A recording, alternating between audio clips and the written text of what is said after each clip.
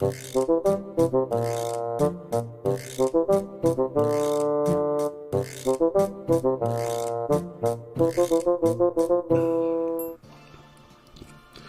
up, everybody? Crash here. Welcome back to Crash Against the Spread, where we talk about sports from a betting perspective. We're talking football today. Say whatever you want to say about the Saints. We don't have to cut Kirk Cousins and take a cap hit this year. So that's just how I want to start it off. But we are talking some NFL today. We're talking Texans and Chiefs, Steelers and Ravens, and of course the college football playoffs are today as well. So let's go ahead and start with the Texans and the Chiefs. First game up. Chiefs are home favorite, minus 3.5. Total's at 42. Now, a couple things in this game, couple injury spots. Mahomes has been practicing. He's probably going to play. He's probable for the game.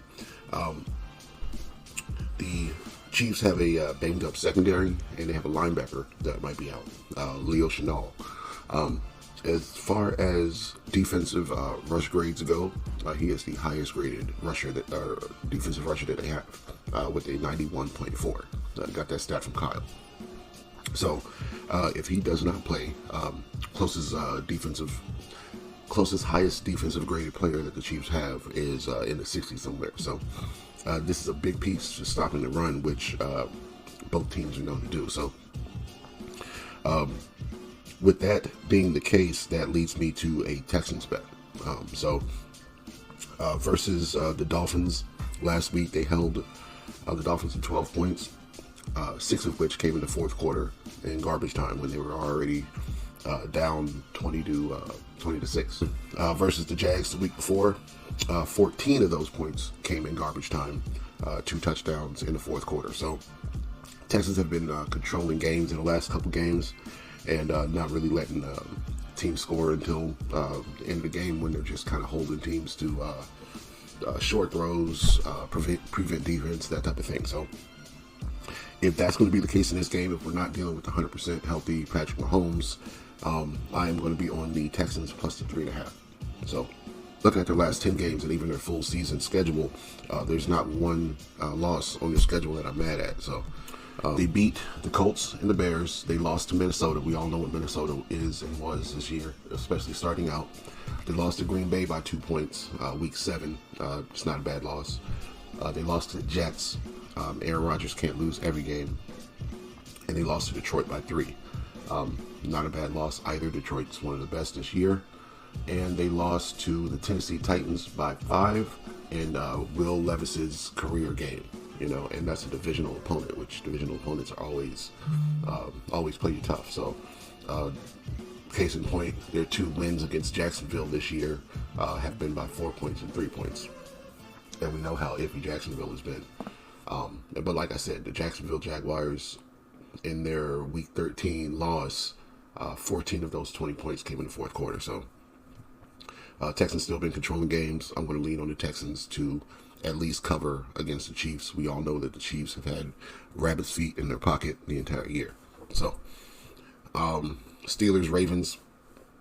Steelers are on the road in Baltimore, 6.5 point underdogs to a team led by Lamar Jackson, who is 1-4 against them. He's also never played at Baltimore against Pittsburgh. They're always sitting them because they've clinched something, he's been injured, or the other time was the COVID year. So he's never played it in front of his fans against Pittsburgh. So it's kind of an interesting stat as well. The way that I see this Steelers team beating this Baltimore team is through the air. The secondary is where I see the holes in the Ravens defense. So there is no Pickens in this game. So I do think that he'll have to use some of his other weapons. But I think it can happen. I think that that's the way to beat this Ravens team. And I think the Ravens, to combat it, will have to use Lamar Jackson and Derrick Henry creatively.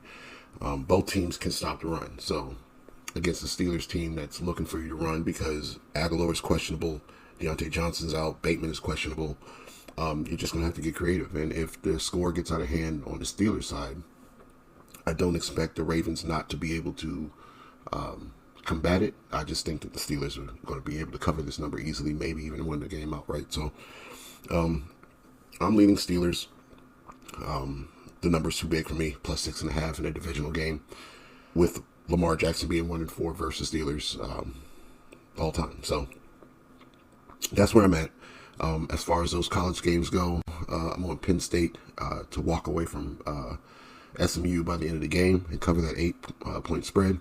I'm on Clemson plus the 13.5 to chip away at Texas throughout the game, if not cover earlier than that.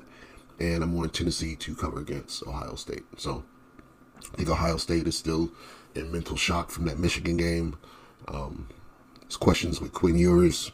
So 13.5 points is a lot to bet, to lay with Texas. And not knowing as much about these two teams, Penn State has had the harder schedule. Played the harder schedule this year, and I think that they'll end up walking away with the game. So those are going to be the picks. Lock them in. Let's get this money. Football starts shortly, and we'll see you tomorrow for some Sunday NFL. See you there.